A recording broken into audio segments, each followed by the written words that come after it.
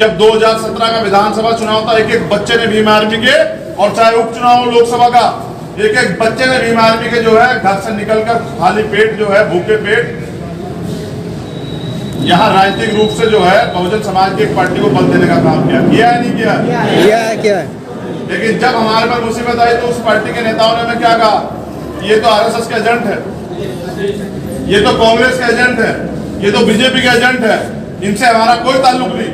तो मुझे भी कहना पड़ा कि हाँ, गरीब दलितों से आपका कोई ताल्लुक नहीं है, क्योंकि मैं आपका भतीजा नहीं हो सकता हूँ। आपके पास तो भतीजा है, सोने की चम्मच लेके जो पैदा हुआ। आप लोगों ने 10-10, 20-20 साल अन्य लोगों का साथ दिया, आप मेरा 1.5 साल साथ दे। सिर्फ उत्तर प्रदेश में मैं आपको पूर्ण बहुमत की सरकार बना के दूंगा, ये मेरा वादा है। और जिन्होंने हमारे लोग सताए हैं भीम आर्मी के आंदोलन से लेकर और अब तक, ऐसा एक भी अधिकारी, कर्मचारी और ऐसा एक भी व्यक्ति चैन से अपने घर में नहीं सोएगा, ये वादा करने के लिए आज मैं आप लोगों को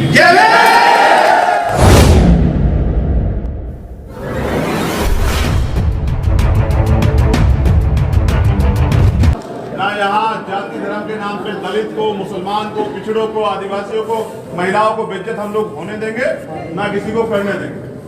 तो जैसा मैंने कहा कि बाबा साहब ने भी कहा था कि सत्ता में भागीदारी करने का, राजनीति में हिस्सेदारी ना करने का सबसे बड़ा नुकसान ये है कि अयोग्य लोग आप पे शासन करते हैं। ये तमाम लोग जानते हैं और आप भी लोग जानते हैं। जब जब हम पे मुसीबतें आई हैं, राजनीतिक लोगों ने क्या जवाब दिया है कि ये लोग कौन है, कौन से लोग हैं, आतंकवादी, हमारे इनसे कोई रिश्ते हैं नहीं है। हमने तमाम तरह की कोशिशें की और भीम आर्मी के नौजवान गवाह हैं कि जब 2017 का विधानसभा चुनाव था, एक एक बच्चे ने भीम आर्मी के, और चाहे उपचुनाव हो लोकसभा का, एक एक बच्चे ने भीम आर्मी के जो है घर से निकलकर खाली पेट जो है, भूखे पेट यहाँ राजनीतिक रूप से जो है बहुजन समाज की एक पार्टी को बल देने का काम किया है नहीं किया है। लेकिन जब हमारे पर मुसीबत आई तो उस पार्टी के नेताओं ने हमें क्या कहा, ये तो आरएसएस के एजेंट है, ये तो कांग्रेस के एजेंट है, ये तो बीजेपी के एजेंट है, इनसे हमारा कोई ताल्लुक नहीं। तो मुझे भी कहना पड़ा कि हाँ, गरीब दलितों से आपका कोई ताल्लुक नहीं है, क्योंकि मैं आपका भतीजा नहीं हो सकता हूँ। आपके पास तो भतीजा है, सोने की चम्मच लेके जो पैदा हुआ। अगर उसको नहीं तोड़ा जा सकता तो उसके परिवार को टारगेट करके उसको कमजोर किया जा सकता है। ये बात माननीय काशीराम साहब जानते थे। उन्होंने कहा कि मैं आज के बाद घर नहीं लौटूंगा, आज के बाद पूरा समाज ही मेरा परिवार है।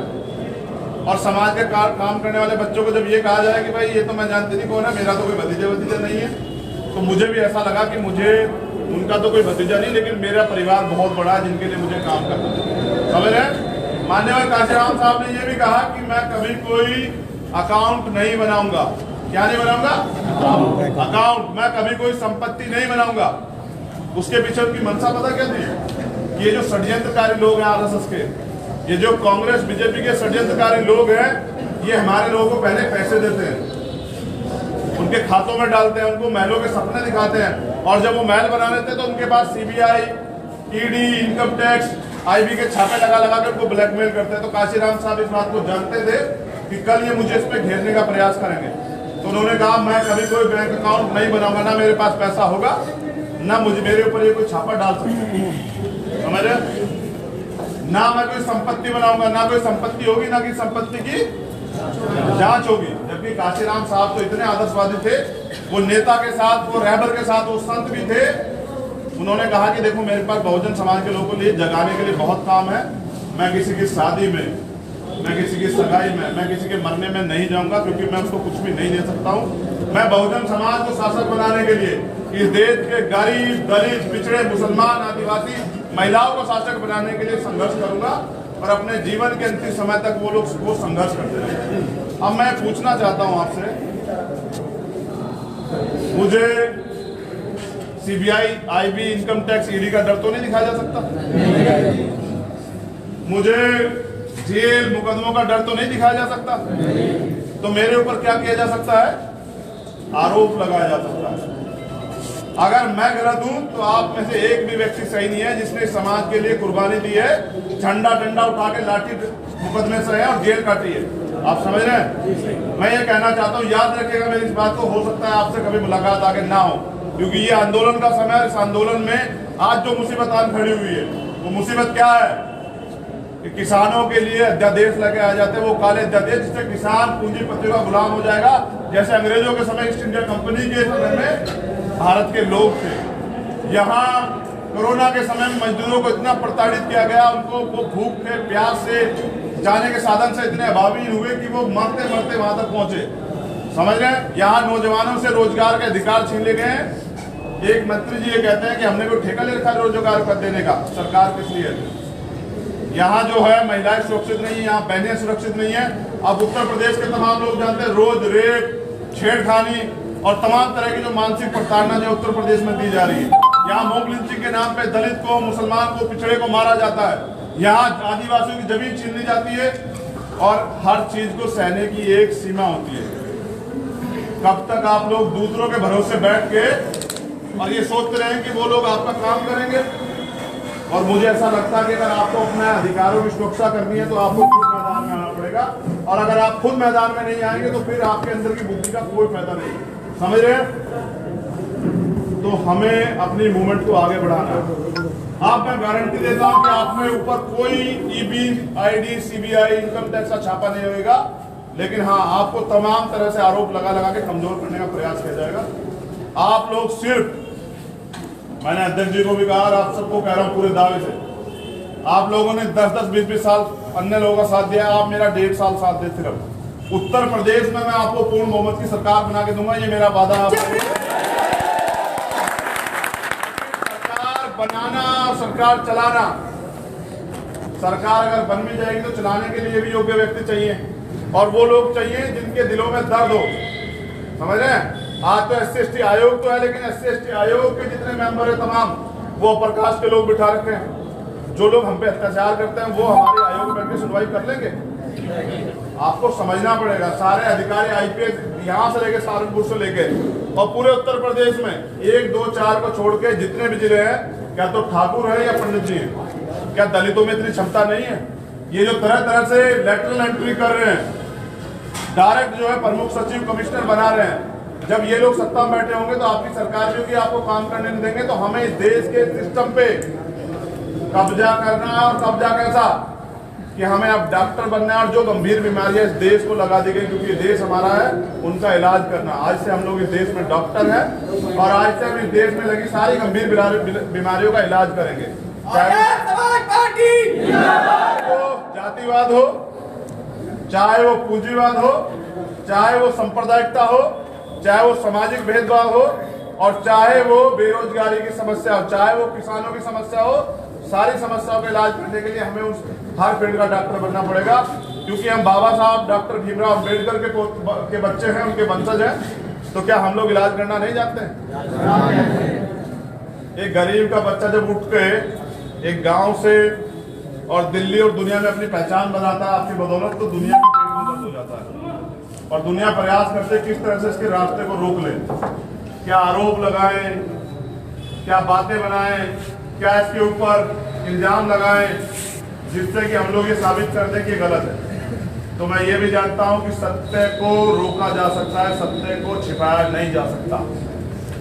आजाद समाज पार्टी के आज के वर्कर और भीम आर्मी के पुराने साथियों ने आज तक भी सम्मान के साथ समझौता नहीं किया। कोई भी मामला हो, आरोप कितने भी लगाए जाए, लेकिन एक आरोप सच करके कोई दिखाए, और अगर नहीं दिखा सकता तो मैं कहना चाहता हूं कि आप अपना पूरी जिम्मेदारी से काम करें। आपका काम नया है इस कड़ी में, क्योंकि हम लोग कैडराई लोग हैं। मान्यवर काशीराम साहब ये कहते थे कि जब आप परिवर्तन की राह लेकर निकलोगे तो आपका सामना सबसे पहले अपने घर परिवार के लोगों से भी होगा।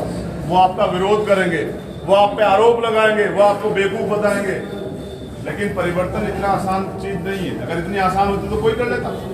हमारे लोग अगर इतने समझदार होते तो अपने हकों के लिए आवाज पहले ना उठाते। क्या भीम आर्मी के आने के बाद जो है जय भीम का नारा आपने देखा मोटरसाइकिलों पर कैसे लिखा होता है, और कन्याकुमारी से लेकर कश्मीर तक जय भीम वालों के बाद सुनाई देती है नहीं देती है? 2 अप्रैल जैसा बंद पहले भी हुआ था क्या? ये ताकत और ये जोश किसने भरा है समाज के लोगों में?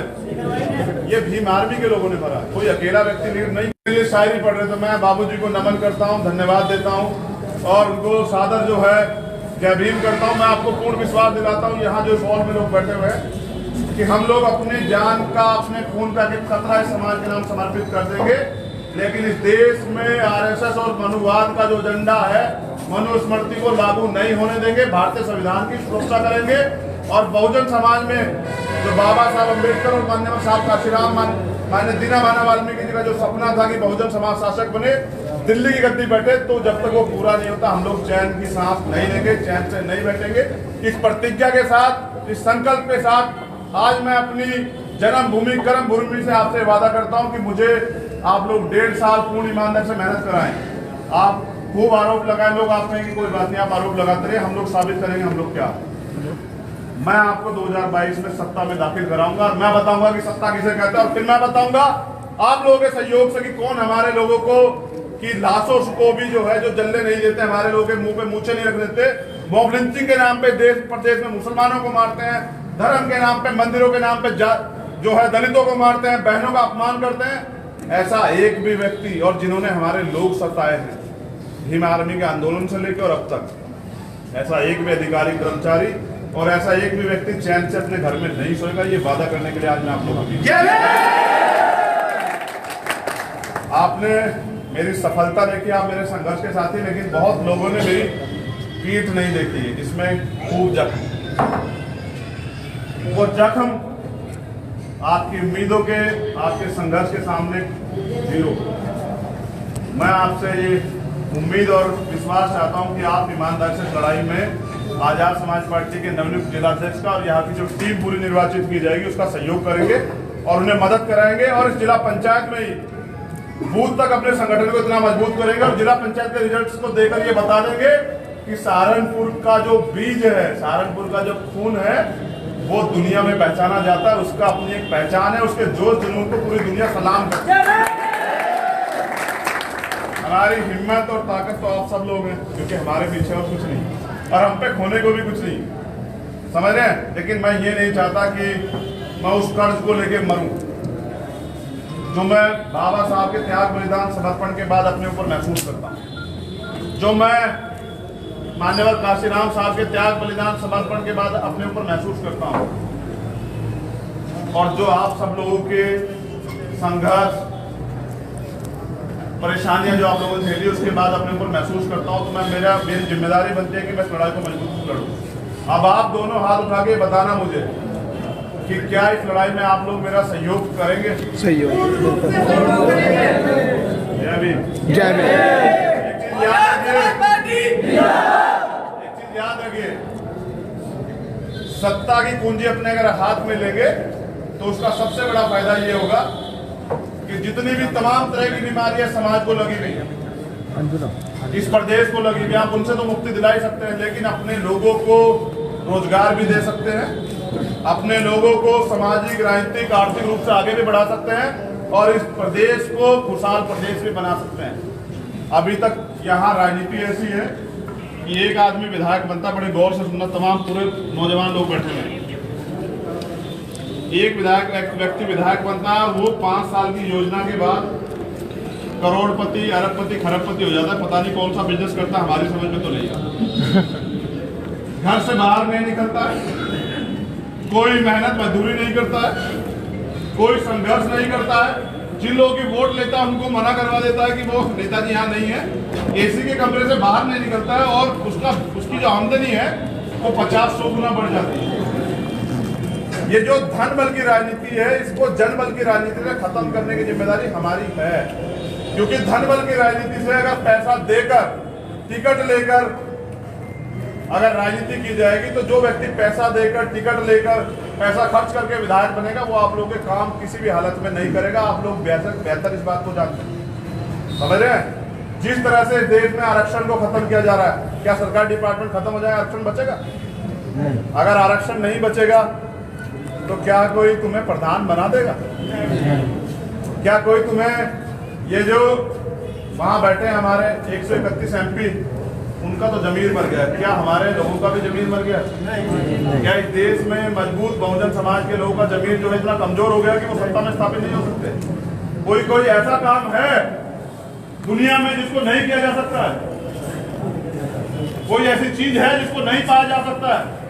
अगर आदमी संकल्प करे तो दुनिया में कोई ऐसी चीज नहीं जिसको नहीं पाया जा सकता। शर्त एक है कि जितनी बड़ी कामयाबी होती है उतनी बड़ी कुर्बानी होती है, और कुर्बानी देने का जज्बा हर व्यक्ति में नहीं। लेकिन मैंने भीम आर्मी के ईमानदार नौजवान संघर्षशील व्यक्तियों में वो जज्बा देखा है, चाहे वो लॉकडाउन का समय हो, चाहे भीम आर्मी का सामाजिक आंदोलन रहा हो, चाहे उन्होंने अपने घर से अपना सामान बेचा हो, लेकिन उन्होंने समाज के आन बान सम्मान को कभी कमजोर नहीं पड़ने दिया। चाहे उन्होंने मोटरसाइकिल के तेल के पैसे उन्होंने अपनी जेब खर्च से या अपनी पढ़ाई खर्च से निकाल कर दिए, लेकिन उन्होंने मुझे कभी निराश नहीं होने दिया। आज जो है सब लोगों को जो है मेरा क्रांतिकारी जय भीम जिला सलाम। मैं ये कह रहा था कि मैं ज्यादा समय यहाँ नहीं दे पाऊंगा क्योंकि मेरे पास बहुत जिम्मेदारी, बिहार में चुनाव है, मध्य प्रदेश में भी उपचुनाव है, और ये जो बुलंदशहर का जो चुनाव है ये खाली बुलंदशहर का चुनाव नहीं, ये आजाद समाज पार्टी के लोगों के भविष्य का फैसला है। क्योंकि राजनीति में मैंने अभी एक प्रोमो जारी करवाया था, देखा भीम आर्मी के पेज पे, इसमें अंत में कहा था कि राजनीति का एकमात्र ही लक्ष्य है वो है जीत। एक वोट से भी हारता है उसकी गिनती नहीं होती, गिनती किसकी होती है? जीतने वाले की। तो मैं आपसे भी निवेदन करूंगा कि अपनी कमेटियां तो बनाए, लेकिन वो जो क्रांतिकारी यहाँ नौजवान तैयार हुए हैं जो क्षमता रखते हैं बोलने की, जिन्होंने संघर्ष किया, वो एक 2-4 टीम बनाए कि वो बुलंदशहर के चुनाव में भी जाएं और जाकर जो है वहाँ समाज के लोगों को अपनी पीड़ा, अपने दुख और अपने सपनों को बताएं, जिससे कि बुलंदशहर का चुनाव जितना आसान हो पाए। क्या आप इसमें मदद करेंगे? देखो भाई,